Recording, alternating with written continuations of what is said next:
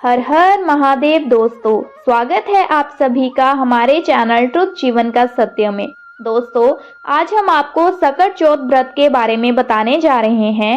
इसे जानने के लिए हमारी वीडियो को अंत तक जरूर देखें और कमेंट में हर हर महादेव लिखना ना भूलें। तो आइए वीडियो शुरू करते हैं। दोस्तों, सकट चौथ का व्रत माघ मास की चतुर्थी तिथि को रखा जाता है। पोष माह खत्म होने के बाद इस व्रत को किया जाता है। इस साल सकट चौथ व्रत 29 जनवरी को रखा जाएगा। इस दिन व्रत में महिलाएं निर्जला रहकर भगवान गणेश और सकट माता की पूजा करती हैं। सभी माताएं अपनी संतान के लिए ये व्रत रखती हैं और उनकी लंबी उम्र की कामना करती हैं। ऐसा कहा जाता है कि इस दिन गणपति ने देवताओं के संकट को दूर किया था। इस दिन प्रसाद में तिलकुट्टा बनाया जाता है और उसी का भोग गणपति जी को लगाया जाता है। ये भी मान्यता है कि सकट चौथ के दिन ही भगवान गणेश को 33 कोटि देवी देवताओं का आशीर्वाद प्राप्त हुआ था। तभी से ये तिथि गणपति पूजन की तिथि बन गई। कहा जाता है कि इस दिन गणपति किसी को खाली हाथ नहीं जाने देते हैं, इसलिए माताएं इस दिन निर्जला व्रत रखकर अपने पुत्र की दीर्घायु की कामना करती हैं। इस दिन पूरे दिन निर्जला रहकर चंद्र दर्शन होने पर चंद्रदेव को अर्घ्य देकर तिल का प्रसाद ग्रहण किया जाता है। सकट चौथ के दिन तिल का दान भी किया जाता है। पौराणिक कथा के अनुसार इस दिन गणेश जी ने भगवान भोलेनाथ और माता पार्वती जी की परिक्रमा भी की थी। तो आइए जानते हैं सकट चौथ व्रत की कहानी के बारे में। एक शहर में देवरानी जेठानी रहती थी। देवरानी गरीब थी और जेठानी अमीर थी। देवरानी हमेशा गणेश जी का पूजन और व्रत करती थी। देवरानी का पति जंगल से लकड़ी काटकर बेचता था। देवरानी घर का खर्च चलाने के लिए जेठानी के घर काम करती थी और शाम को बचा हुआ खाना लेकर जाती थी। माघ महीने में गणेश जी का व्रत सकट चौथ देवरानी ने रखा। उसके पास पैसे नहीं थे, इसलिए उसने तिल व गुड़ लाकर तिलकुट्टा बनाया।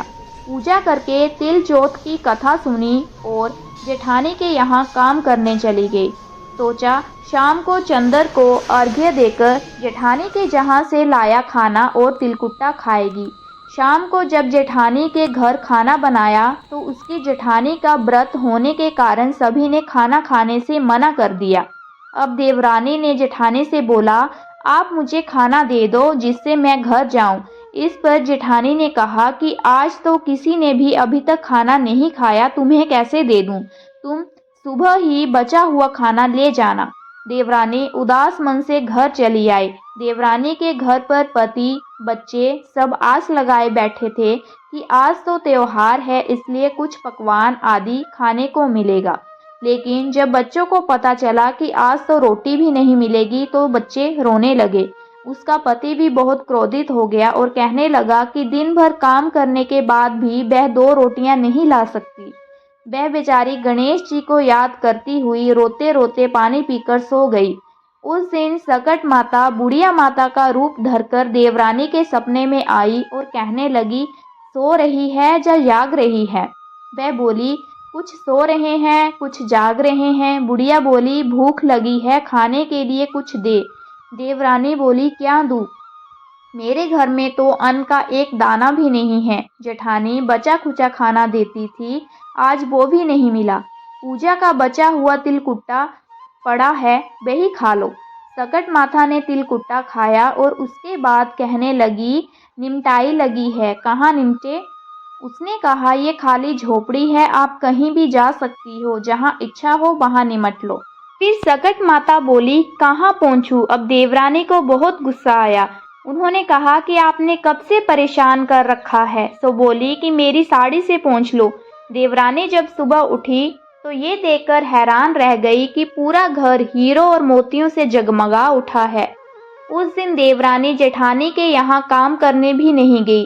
जेठानी ने कुछ देर तो राह देखी, फिर बच्चों को देवरानी के पास बुलाने भेज दिया। जेठानी ने सोचा कि कल खाना नहीं दिया था, इसलिए शायद देवरानी बुरा मान गई होगी। बच्चे बुलाने गए। देवरानी ने कहा कि बेटा, बहुत दिनों तक आपकी माँ के यहाँ मैंने काम कर लिया। बच्चों ने घर जाकर माँ से कहा कि चाची का पूरा घर हीरों और मोतियों से जगमगा उठा है। जेठानी दौड़कर देवरानी के पास आई और पूछा कि ये सब कैसे हो गया। देवरानी ने उसके साथ जो हुआ वह सब कह डाला। उसने भी वैसा ही करने की सोची। उसने भी सकट चौथ के दिन तिलकुट्टा बनाया। रात को सकट माता उसके भी सपने में आई और बोली, भूख लगी है, मैं क्या खाऊं। जेठानी ने कहा कि आपके लिए छींके में रखा है, फल और मेवे भी रखे हैं, जो चाहे खा लो। सकट माता बोली, अब निपटे कहाँ। जेठानी बोली, मेरे इस महल में कहीं भी निपट लो। फिर उन्होंने बोला कि अब पहुँचूं कहाँ। जेठानी बोली, कहीं भी पहुँच लो। सुबह जब जेठानी उठी तो घर में बदबू गंदगी के अलावा कुछ नहीं था। फिर उन्होंने सकट माता से कहा, हे सकट माता, जैसे आपने देवरानी पर कृपा की वैसी सब पर करना। तो ये थी सकट चौथ व्रत के बारे में कहानी। हर हर महादेव।